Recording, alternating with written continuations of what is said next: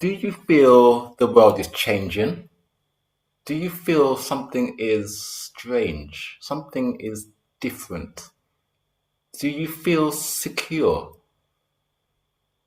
I want to tell you why I started to think about doing something different to try and make a change because the world is changing. And the more we read and try to discover what is happening instead of listening to the normal ways of media control, I believe that there's many things that we can learn just by opening our eyes. Sorry, I had to kill a fly. So this is why I decided to dip my toes into the crypto world. Although I still believe that I am too late. You watch some people saying that we are still early, but I think the early people were there a few years ago. And I think to myself, if I don't try do something now, there's gonna be a point where it's actually going to be too late. I wrote this story to try to bring you into my world of thinking at the moment and let you know my mindsets at present. Chapter 1: The Crypto Revolution, a Modern Day Gold Rush. In the annals of history, every great revolution, be it industrial, technological, or financial, has been marked by a select few who saw the future before others did. These visionaries, often dismissed as dreamers or fools in their time, reaped unimaginable rewards when the world finally caught up to their foresight. The crypto revolution is no different. It is a digital gold rush, a frontier where the early entrants stand to gain not just riches, but generational wealth. Not just riches, but generational wealth. And for the first time in history, this opportunity is not reserved for the elite, governments, institutions, or the already wealthy, but for the average person who dares to dream and act. The average person like you and I. The early entrance advantage. Imagine a token with a total supply of 100 billion. A lone individual, let's call them Alex, buys 2,000 coins when the project is still obscure, dismissed as a fringe experiment. At this stage, the price is negligible and the market cap is minuscule. Alex's investment is a drop in the ocean, but it represents a tiny fraction of the total supply, a fraction that will grow in significance as others pour in. Then the tide turns. Institutions, governments, and the masses begin to take notice. Billions of dollars flood into the project, driving the price up exponentially. Alex's 2,000 coins, once worth pennies, now command a fortune. Why? Because Alex entered when the asset was undervalued and unknown. By the time the world woke up, Alex was already positioned to benefit disproportionately from the influx of capital. This is the power of being early. The golden opportunity front-running the giants. For centuries, wealth creation has been a game controlled by the powerful. Governments stockpiled gold, institutions monopolized industries, and the average person was left scrambling for scraps. The internet revolution offered a glimpse of change, but even then, the true wealth was captured by a handful of tech giants and venture capitalists. Crypto, however, is different. It is the first truly decentralized wealth revolution where the early adopters, ordinary people, can front run the institutions and governments that traditionally dominate financial systems. Consider the internet in the 1990s. Few understood its potential and even fewer invested in it. Those who did, however, became the billionaires and visionaries of today. Crypto is the internet of money, and we are in the 1990s of its evolution. The institutions are just now arriving, but the early adopters, those who bought Bitcoin at $100 or Ethereum at $100 or Ethereum at $10, are already sitting on life-changing wealth today. They didn't just get rich, they secured a position in the new financial order. A historical parallel, the Industrial Revolution. The Industrial Revolution of the 18th and 19th centuries transformed the world, but not everyone benefited equally. The factory owners, inventors, and early investors amassed vast fortunes, while the working class often struggled to survive. Remember that the working class often struggled to survive. Who are the working class? Am I working class? The key difference was access to capital and foresight. Those who could see the potential of steam engines, railroads, and mass production positioned themselves to thrive. The rest were left behind. Crypto is the industrial revolution of the 21st century. The early adopters are the modern-day factory owners, the ones who recognized the potential of blockchain technology before it became mainstream. They are the ones who will benefit most as the world transitions to a decentralized financial system. And unlike the Industrial Revolution this time, the opportunity is open to anyone with an internet connection and the courage to act. The courage to act. The Internet Revolution, a blueprint for crypto. Before the internet became ubiquitous, it was a niche tool used by academics and tech enthusiasts. Few could have predicted that it would revolutionize commerce, communication, and culture. Those who invested in companies like Amazon, Google, or Apple in their infancy are now among the wealthiest people on the planet.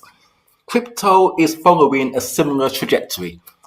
It started as an obscure experiment dismissed by many as a fad or a scam even. A scam even. But as adoption grows, the early adopters are being rewarded in ways that were once unimaginable. The difference this time is accessibility. The internet revolution requires significant capital to invest in startups or tech stocks. Crypto, on the other hand, allows anyone to participate with minimal upfront investment. A few $100s in Bitcoin or Ethereum a decade ago would now be worth millions. Millions! This is the democratization of wealth creation, and it has never happened before in history. The future belongs to the visionaries. Crypto is more than just an asset class. It is a paradigm shift. It represents a transfer of power from centralized institutions to individuals. Those who got in early, before the institutions, before the governments, before the masses, are positioned to become not just rich, but wealthy. They are the pioneers of a new financial system, the ones who saw the future and acted on it. History is written by the winners. And in the crypto revolution, the winners are those who dare to believe in a decentralized future. They are the ones who will shape the next chapter of human progress. The question is, will you join them? Or will you watch from the sidelines as the world changes once again? The choice is yours, but remember, the early bird catches the worm, and in crypto, the early adopter catches the wealth. Chapter 2. How to navigate the new system. The Cryptoneer's Playbook. Preserving and growing wealth in the new financial era. The Cryptoneer, a term now whispered in awe and envy, stands at the pinnacle of a revolution they saw coming before the world even knew it existed. They are the modern-day alchemists, turning digital code into generational wealth. But with great wealth comes great responsibility, and the Cryptoneer must navigate a labyrinth of strategies to preserve, grow, and protect their fortune. This is not just about holding coins anymore. It's about mastering the art of playing alongside institutions, not under their thumb. It's about leveraging the system to ensure freedom, control, and prosperity in a world where central bank digital currencies loom, CBDCs, as both a threat and an opportunity. The foundation, self-custody, and sovereignty. The first rule of the cryptoneer is simple. Not your keys, not your coins. Unlike traditional wealth, which is held in banks or ETFs, the cryptoneer's fortune is self-custodied. This means owning private keys to hardware wallets, multi-sign setups, or decentralized custody solutions. The cryptoneer does not thrust or trust third parties to hold their wealth. They are their own bank. This is not just a technical choice, it's a philosophical one. It's about sovereignty, about ensuring that no institution can freeze, seize, or manipulate their assets. The art of earning without selling. The cryptoneer does not sell their coins. Selling is for those who need liquidity.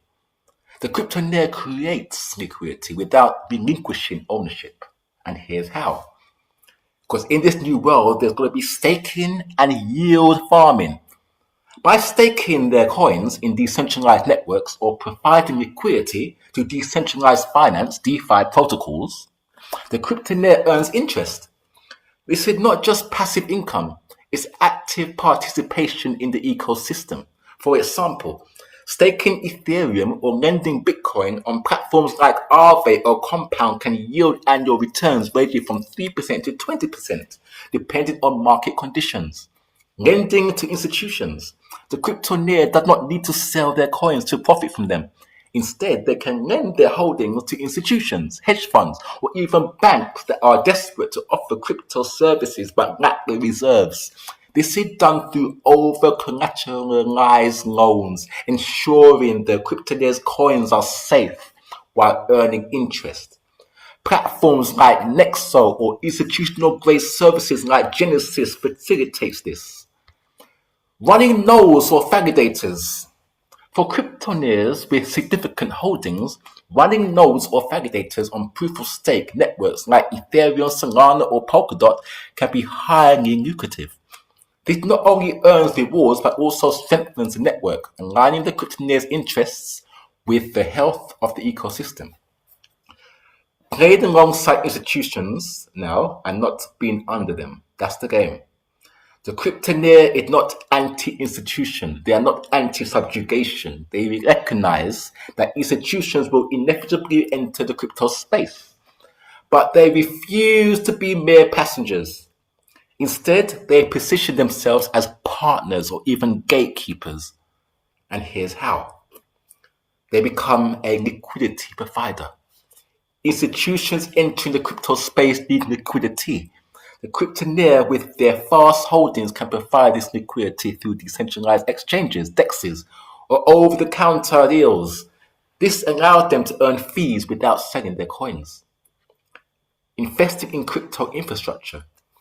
The cryptoneer diversifies their wealth by investing in the infrastructure of the new financial system, staking platforms, custody solutions, decentralized applications, which are called dApps, and even crypto-focused banks.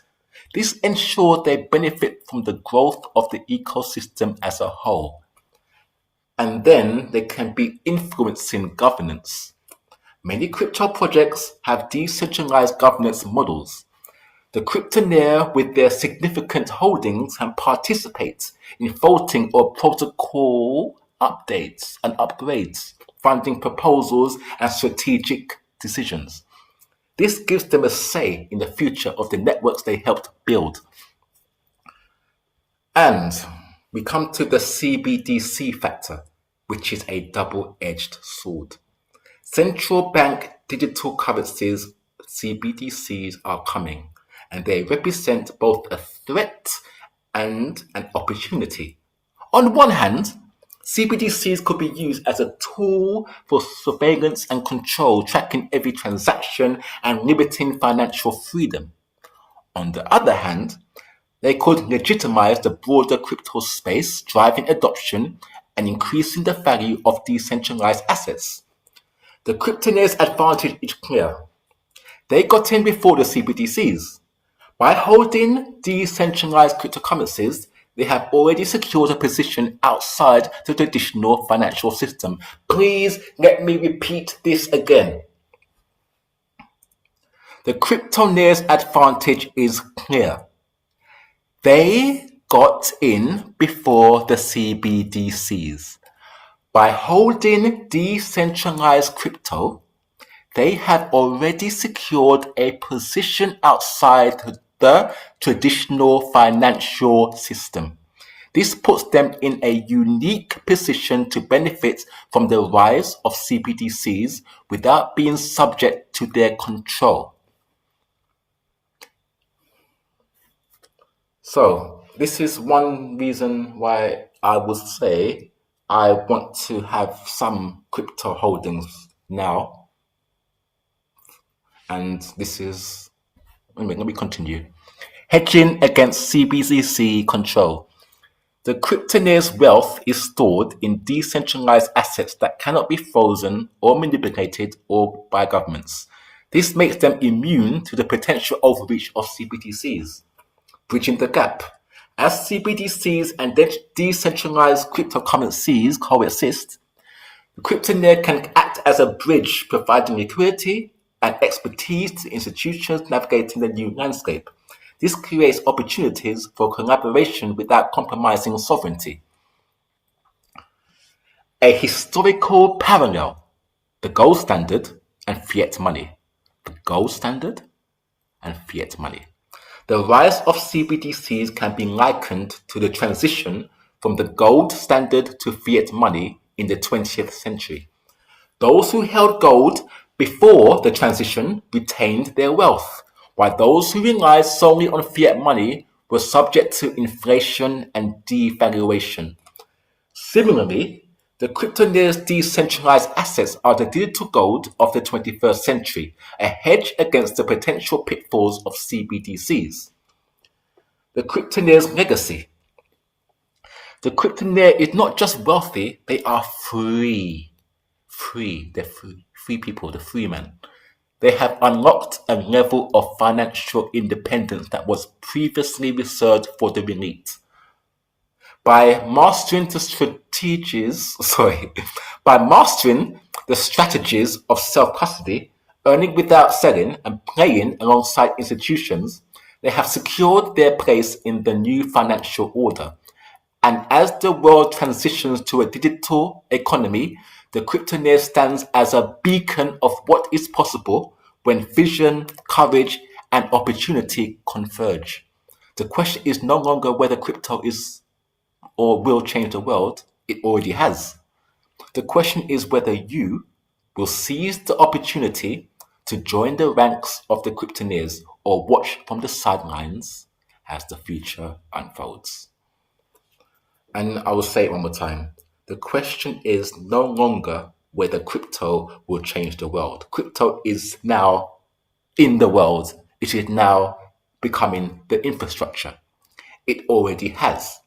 So the question is whether I will seize the opportunity to join the ranks of the cryptonaires or watch from the sidelines as the future unfolds.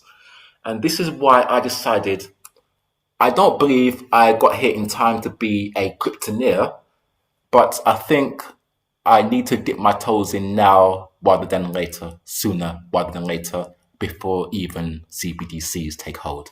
I thank you for watching.